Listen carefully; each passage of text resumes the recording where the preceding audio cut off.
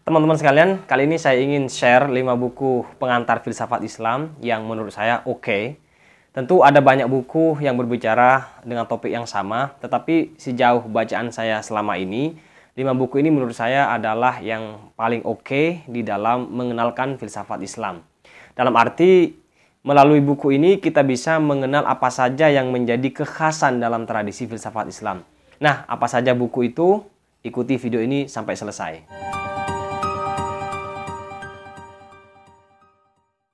Mula-mula perlu saya jelaskan dulu bahwa buku-buku yang saya rekomendasikan ini ada yang berbahasa Indonesia, ada yang berbahasa Inggris. Ada juga yang sebelumnya berbahasa Inggris tetapi sudah diterjemahkan ke dalam bahasa Indonesia. Baiklah, kita coba mulai. Buku yang pertama adalah buku berjudul An Introduction to Islamic Philosophy yang ditulis oleh Abdur Rasul Obudiyat.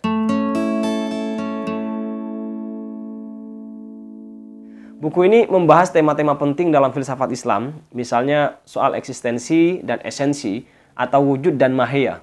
Kita tahu bahwa salah satu kekhasan filsafat Islam itu adalah mengakar pada pembahasan dua topik itu.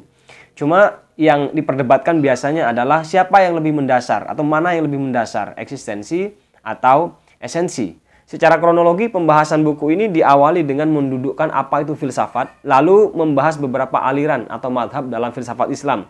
Misalnya ada filsafat peripatetik, filsafat iluminasi, madhab mistik atau sufisme, kemudian ada filsafat kalam, dan filsafat transendental atau al-hikmah al-muta'aliyah.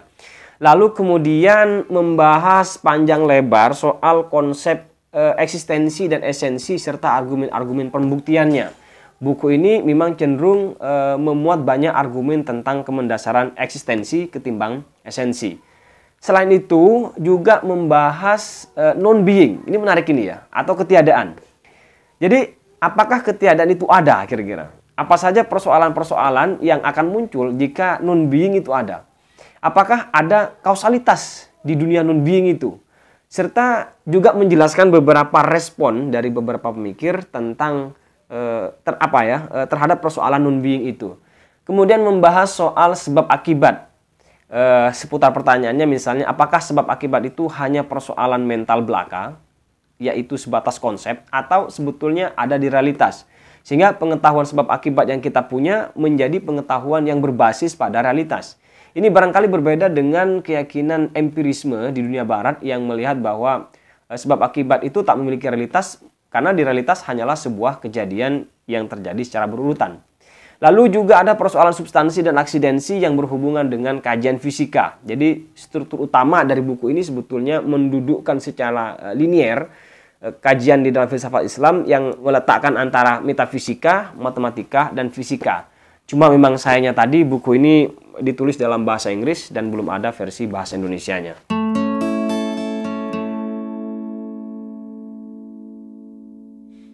Buku kedua berjudul Islamic Philosophy from its Origin to the Present, Philosophy in the Land of Prophecy. Buku ini ditulis oleh Syed Hossein Nasr, salah satu penulis yang banyak menyajikan pemikiran atau filsafat Islam. Karya-karyanya banyak diterjemahkan ke dalam bahasa Indonesia. Buku ini sendiri sepertinya sudah ada versi bahasa Indonesianya. Jadi teman-teman nanti yang butuh buku ini bisa dicari kayaknya versi bahasa Indonesianya. Namun saya tidak tahu apakah terjemahan itu bagus atau tidak. Karena kadang ada terjemahan yang malah bikin ruwet. Hal ini biasanya terjadi karena sang penerjemah bahasa Inggrisnya bagus, tetapi bidang kajian yang diterjemahkan itu dia tidak terlalu menguasai. Misalnya ini saya beli buku kemarin itu judulnya Doktrin-Doktrin Kosmologi Islam. Buku ini juga ditulis oleh Syed Hossein Nasr. Dan terjemahannya menurut saya ada beberapa hal yang sangat mengganggu. Misalnya ada kata aksiden. Aksiden itu diterjemahkan menjadi kecelakaan. Padahal aksiden di situ adalah atribut yang menempel pada substansi. Jadi mestinya aksiden itu tidak diterjemahkan menjadi kecelakaan ya, tapi ya aksiden saja, gunakan kata itu. Kemudian ada kata misalnya necessary being, diterjemahkan jadi wujud yang perlu. Ini menurut saya kurang tepat. Apa itu wujud yang perlu?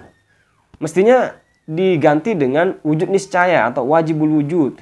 Selain itu juga ada banyak kutipan-kutipan bahasa Perancis dan dibiarkan begitu saja ya. Termasuk kutipan bahasa Arab yang diambil dari karya Ibnu Sina itu juga malah dihilangkan. Ini menurut saya cukup mengganggu. Tapi mungkin sih penerjemahnya tidak bisa bahasa Prancis dan bahasa Arab. Yang sebaiknya perlu bergerak menurut saya adalah mestinya si penerbit ya. Memberi jembatan, misalnya mencarikan orang yang bisa berbahasa Prancis atau bahasa Arab sehingga kutipan-kutipan itu diterjemahkan dengan baik. Tetapi selebihnya menurut saya buku itu masih layak untuk dibaca. Baik, kita kembali ke buku ini ya. Pembahasan buku ini diawali dengan kajian filsafat Islam di Barat. Kalau dari laporan buku ini, kajian filsafat Islam di Barat itu sangat pesat, maju ya. Tentu saja ini jauh lebih berkembang daripada di Indonesia. Indonesia boleh kita bilang kajian filsafat Islam masih sangat rendah sekali. Kita hampir tidak menemukan kajian filsafat Islam yang serius di Indonesia, bahkan buku-buku filsafat Islam yang diterjemahkan ke dalam bahasa Indonesia juga masih sangat terbatas. Sejauh ini yang sering saya temukan menerjemahkan buku-buku filsafat Islam ke dalam bahasa Indonesia itu adalah penerbit Sadra Press. Dan selebihnya nggak ada kayak yang fokus ya. Kemudian selain itu kajian dilanjutkan dengan pembahasan peran filsafat dalam Islam. Dalam hal ini pertaliannya dengan kajian-kajian yang lebih dulu hadir dalam tradisi filsafat Islam. Misalnya ada teologi atau kalam, kemudian usul fikih. Rupanya argumen-argumen penolakan terhadap filsafat Islam juga hadir disinggung di dalam buku ini, misalnya sebagaimana dikemukakan oleh Ibnu Taimiyah. Tetapi yang dimaksud filsafat yang ditolak dalam hal ini sebetulnya bukan filsafatnya, tetapi filsafat yang datang dari Yunani, atau bahasa lainnya filsafat Yunani yang dibawa oleh kaum peripatetik. Dalam hal ini Al-Ghazali pun juga memberikan kritik yang tajam sebetulnya terhadap tradisi filsafat peripatetik. Pembahasan berikutnya lalu kemudian dilanjut dengan pembahasan isu-isu mendasar dalam filsafat Islam. Ini mirip dengan buku yang pertama tadi, yaitu soal eksistensi dan esensi. Kemudian corak filsafat Islam yang berkembang pasca Ibnu Sina. Dan terakhir ini juga menarik, yang khas dari buku ini adalah membahas soal bagaimana filsafat Islam itu bisa bertahan di tengah kekalahan politik peradaban Islam hingga hari ini. Dalam konteks ini, Said Hossein Nasr banyak menceritakan perkembangan filsafat Islam di tanah Persia, Iran hari ini ya. Misalnya ada 3 madhab yang dia singgung di situ, ada madhab Shiraz, ada madhab Isfahan, kemudian ada madhab Teheran. Ada banyak nama yang disebut di situ, mulai dari Mir Damad, Mir Findirizki, Mullah Sadra, Faid Kasani, Abdul Razak Lahiji, Mullah Habib Zabziwari, dan seterusnya. Ada banyak nama yang mungkin bisa kita temukan di situ. Tetapi meskipun ada 3 madhab dan ada banyak nama di dalam filsafat Persia itu, namun konsep utama mereka tetap satu, yaitu filsafat Mullah Sadra.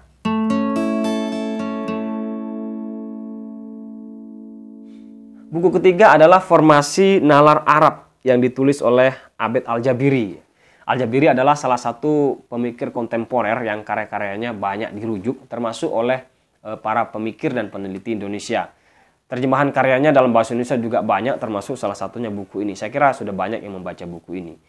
Isi buku ini menunjukkan bagaimana tradisi pemikiran Arab itu terbentuk. Ada 3 pola nalar yang ingin ditunjukkan oleh buku ini, yaitu nalar bayani atau nalar yang didasarkan pada teks. Kemudian ada nalar irfani, yaitu pengalaman langsung atau pengalaman spiritual, dan nalar burhani yang didasarkan pada rasionalitas logis. 3 nalar ini sebetulnya corak yang khas di dalam epistemologi Islam. Dalam nalar bayani misalnya, Al-Jabiri menjelaskan bagaimana teks-teks yang kemudian dijadikan pijakan di dalam filsafat Islam itu atau tradisi Islam dibentuk. Misalnya soal periwayatan hadis, lalu bagaimana tafsir atas teks-teks itu terus berkembang misalnya. Itu dibahas agak panjang lebar. Sementara pada nalar irfani, buku ini juga mengulas bagaimana sih tradisi mistik yang mempengaruhi tradisi sufisme Islam, ya. Termasuk pemikiran yang muncul sebelum Islam datang, yang berasal dari Arab itu sendiri maupun yang berasal dari luar Arab. Yang dari luar Arab misalnya ada Hermetisme. Ini disebut-sebut oleh Al-Jabiri sebagai salah satu tradisi sufisme yang berasal dari tanah Yunani. Adapun nalar burhani, rasionalitas logis, membahas banyak perdebatan rasional dalam Islam, termasuk epistemologi dan ontologi. Dalam hal ini Al-Jabiri mengatakan bahwa tradisi burhani dalam Islam itu dipengaruhi oleh filsafat Yunani dan kemudian dikembangkan sedemikian rupa. Salah satu hal penting yang juga diulas adalah soal penerjemahan besar-besaran yang pernah terjadi di dalam peradaban Islam, yang justru membuat peradaban Islam itu berjaya dan pengetahuannya maju dengan sangat pesat saat itu. Dari sekian riset yang dilakukan oleh Al-Jabiri ini, sebetulnya yang ingin dia kritik atau yang ingin dia tunjukkan adalah kritik terhadap Turats atau tradisi, ya. Karena bagi dia Turats itu tidak bisa ditinggalkan. Turats harus dimodernisir dan harus ada secara bersamaan dengan kita di abad yang kontemporer ini.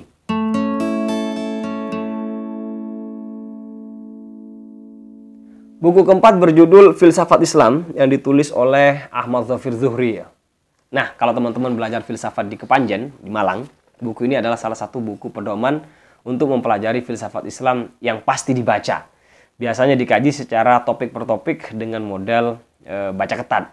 Buku ini lebih kepada menjelaskan filsafat secara historis, jadi membahas kronologi para tokoh-tokoh filsuf itu ya, dari yang paling awal sampai yang modern. Ada sekitar 20 tokoh ya yang dibahas di sini, mulai dari peletak dasar filsafat Islam macam Al-Kindi, Al-Farabi, kemudian Ibnu Sina, lalu para filsuf Islam yang berada di barat seperti Ibnu Bajjah, Ibnu Tufail, kemudian Ibnu Rus, lalu para pemikir pasca Ibnu Rus, dan dilanjutkan dengan tokoh-tokoh hermeneutik ya, dalam filsafat Islam, dan berikutnya adalah filsafat Islam kontemporer. Dalam hal ini salah satunya adalah Muhammad Iqbal. Adapun model pembahasannya adalah persis pengantar, misalnya diawali dengan biografi singkat, lalu kemudian dijelaskan karya-karya penting dari filosof itu, kemudian disinggung panjang lebar soal prisma pemikiran dari tokoh itu.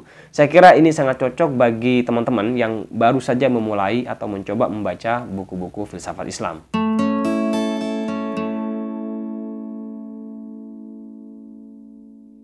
Buku kelima berjudul Dars Filsafat Islam, Orientasi ke Filsafat Islam Kontemporer, ditulis oleh Taqi Misbahesdi.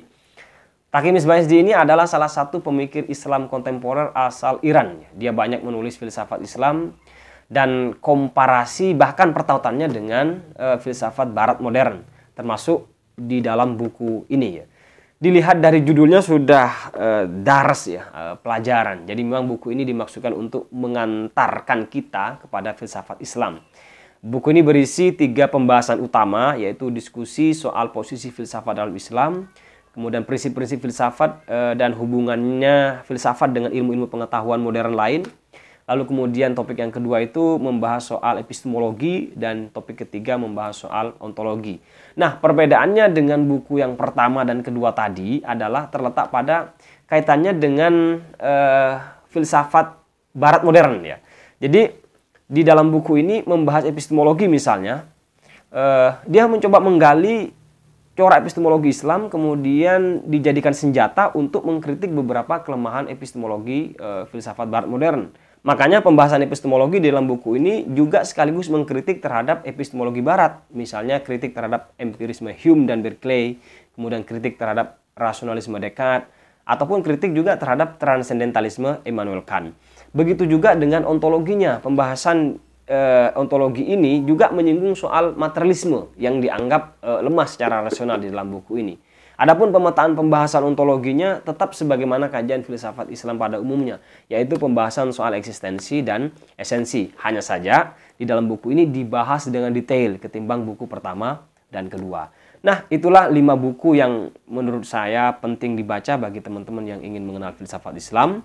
Dan bagi teman-teman yang memiliki rekomendasi buku yang lain yang pernah dibaca oleh teman-teman yang juga menarik, bolehlah nanti disampaikan atau di-sharingkan di kolom komentar.